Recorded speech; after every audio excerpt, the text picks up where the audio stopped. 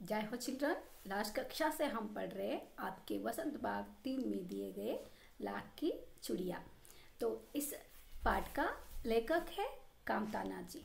तो कामता नाथ जी से रिलेटेड एक कहानी है और इस कहानी द्वारा यानी इस कहानी में अब तक हमने देखा कि उनके मामा के गांव में बदलू नाम का एक आदमी था और वो हर साल लेखक जी जाता तो सबसे पहले उसको मिलने ही जाता था। तो क्योंकि उसको वो बहुत पसंद थे, क्योंकि लेखक जी को बदलू जी ने लाख की गोलियां बनाकर देते थे। तो बदलू जी का काम ही क्या था? लाख की चुड़िया बनाना। वो अपने घर के सामने अपनी लाख की चुड़िया बनाने का जो सब चीज़ें थे वो रखकर रोज़ वही काम करता था। तो लेखक जी कुछ साल पहले यानी जब वो बचपन में जाता था तो कुछ साल वो वहाँ पे जा नहीं पाया, क्योंकि उसके पापा के जो नौकरी थे उसके बदली हो गई। तो ट्रांसफ़र होने के कारण वो कुछ साल वहाँ पे जा नहीं पाया। तो इस ऐसे ही 8-10 साल के बाद वो फिर से अपने मामा के घर गया।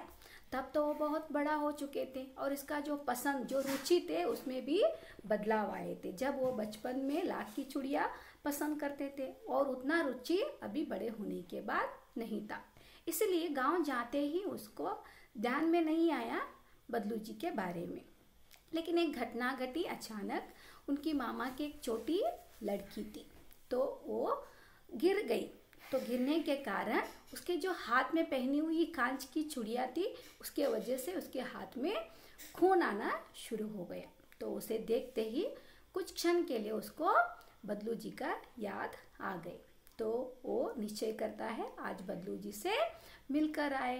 तो बदलू जी से मिलने जाता है। तो लेखक को देखकर बदलू जी पहचान नहीं पाते।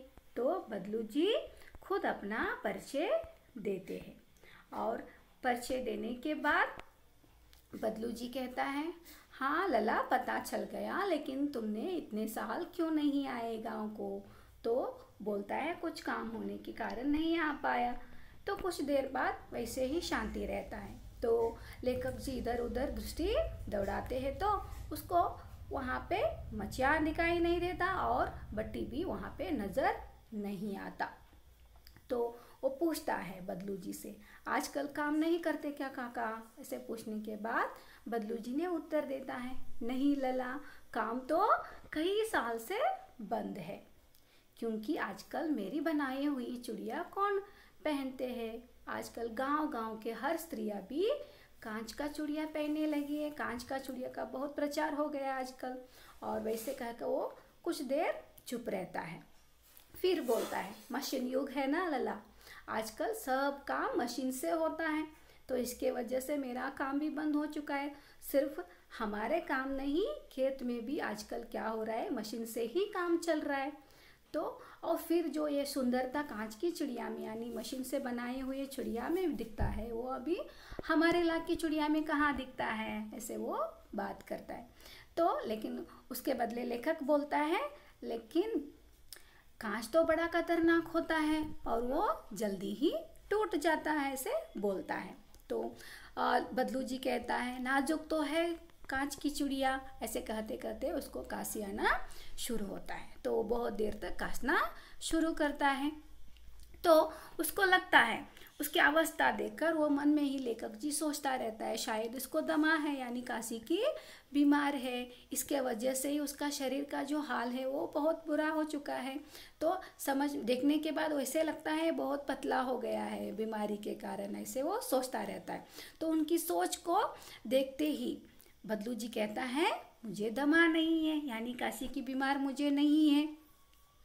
तो वातावरण चेंज होने के कारण कुछ ऐसा खांसी आ रहा है और 10-15 दिन में ये भी ठीक हो जाएगी, ऐसे वो बोलता है। तो लेखक जी चुप रहता है। उसके बाद वो सोचना शुरू करता है कि बीमारी का कारण ऐसे नहीं हुआ है, इसके मन में जो व्यथा है यानी जो दर्द है, बहुत छुपे हुए दर्द है, कौन सा है? उनके काम अभी बंद हो चुका है, क्योंकि बदलू जी का जीवन कैसे चलता था, लाख की चूड़ियाँ बनाने का जो काम था उसके वजह से, उस काम के वजह से ही उसको जीवन चलता था। लेकिन आजकल मशीन युग आने के बाद काम बंद हो चुका था, तो काम बंद होने के कारण उसका जीवन अब कैसे ठीक से चलेगा, इस चिंता में डूबे हुए हैं बदलू जी। इसके कारण ऐसे दिख रहा है, ऐसे सोचता है। तो ये सब देखकर लेखक जी क्या करते हैं, उस वातावरण को यानी परिस्थिति को बदलाव करना चाहता है, क्योंकि हर बार देखने के बाद बदलू जी का जो दर्द है वही दिखाई देना शुरू होता है। इसीलिए वो विषय को बदलते हुए पूछता है, अब आम की फसल कैसा है काका? तो बदलू जी कहता है, अच्छी है लला, बहुत अच्छी है, उसने लहक कर उत्तर देता है। तो अंदर अपनी बेटी को आवाज़ देता है, अरे रज्जो, लला के लिए आम तो ले आ, कहता है। मतलब बदलू जी का जो बेटी था उसका नाम जो था रज्जो। तो फिर उसके मुखातिब होकर बोला, यानी लेखक जी की तरफ मुख लेकर वो बोलना शुरू करता है, माफ़ करना लला, तुम्हें आम खिलाना भूल गया। तो लेखक जी कहता है, नहीं नहीं काका, आम तो इस साल हम बहुत खाए हैं। तो बदलू जी कहता है, बिना आम खिलाए कैसे जाने दूंगा मैं तुमको। तो उसके बाद लला के लिए यानी लेखक जी के लिए वो आम लेकर आने के लिए कहता है। तो कुछ क्षण चुप हो जाता है लेखक जी को, और उसको वह दिन याद आता है, बचपन की याद आता है। तो उस वक्त उसके लिए बदलू जी क्या करते थे, गाय की दूध से मलाई बचा कर रखते थे इसके लिए। तो वो याद आते ही लेखक जी पूछता है, गाय तो अच्छी है ना काका, तो गाय कहाँ है? तो लला का प्रश्न सुनते ही बदलू जी उत्तर देते हैं कि अब गाय कहाँ है, 2 साल हुए बेच दे हमने, कहाँ से खिलाता उसको। मतलब ऐसा क्यों कहता है, क्योंकि उसका जो काम बंद होने के कारण उसकी मतलब गाय का देखभाल भी वो नहीं कर सकते। तो इतने में रज्जो यानी बदलू जी की बेटी अंदर से एक बर्तन में, डालिया यानी क्या है, एक बर्तन, तो उस बर्तन में ढेर सारे आम लेकर आते। तो उसके बाद, यह तो बहुत है काका। तो बहुत सारे आम को देखकर लेखक जी कहता है, ये बहुत है काका, तो इतना मैं नहीं खा पाऊंगा। तो बदलू जी उसके उत्तर में देता है, तो हंसते हुए कहता है, शहर में ठहरी हो ना, मैं तुम्हारी उम्र का था तो इसके 6 गुने आम एक वक्त में खा जाता था। तो देखिए, मैं जब तुम्हारे उम्र में था, मैं तुमसे इतने से भी ज़्यादा आम मैं खाता था। तो आप लोग की बात और है, ऐसे लेखक बदलू जी सो कहता है। तो अच्छा बेटी, लला को 4-5 आम चाट कर दे दो, तो सिंदूरी वाली देना। तो देखो लला कैसा है, पूछता है। तो इसी साल यहाँ इस पेड़ को हमने तैयार किए हैं। तो रज्जो ने 4-5 आम अंजलि में लेकर उसकी ओर बढ़ा दिए। तो उसको देते शुरू करते। तो आम लेने के लिए जैसे ही उसने हाथ बढ़ाया, तो उनकी निगाह यानी उनकी जो नज़र था, एक क्षण के लिए कहाँ जाता है, रज्जो के हाथ पर जाता है। तो गोरी गोरी कलाइयों पर लाख की चूड़ियाँ बहुत ही फब रही थी। गोरी गोरी यानी वाइट कलर, कलाई यानी क्या है, हाथ।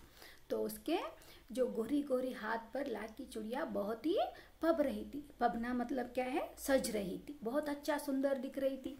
तो बदलू ने उसकी ओर दृष्टि डालता है, वो कहता है, यही आखिरी जोड़ा बनाया था।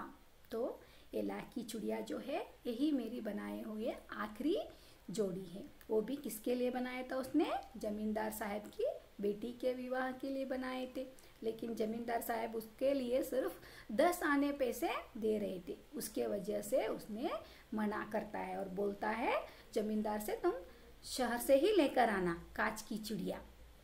तो उस आम लेता है वो खाने के लिए लेखक जी, और थोड़ी देर पश्चात वहाँ से चला जाता है। तो उसको बहुत प्रसन्नता होती है, बदलू ने हार कर भी हार नहीं माना, है ना। तो बच्चों, अगले कक्षा में फिर से हम एक नए विषय के साथ आपके सामने हाजिर होंगे। तो हमने आज तक जो लाख की चूड़ियाँ लेसन आपको कहे, इसका अध्ययन जो हमने किए हैं, तो आपको भी ये पूरा लेसन पढ़ना है और खुद 2 क्वेश्चन आंसर ढूंढ कर लिखकर मुझे भेजो। तो बच्चों, ध्यान से पूरा लेसन को पढ़िए। घर में ही रहिए और सुरक्षित रहिए। जय हिंद।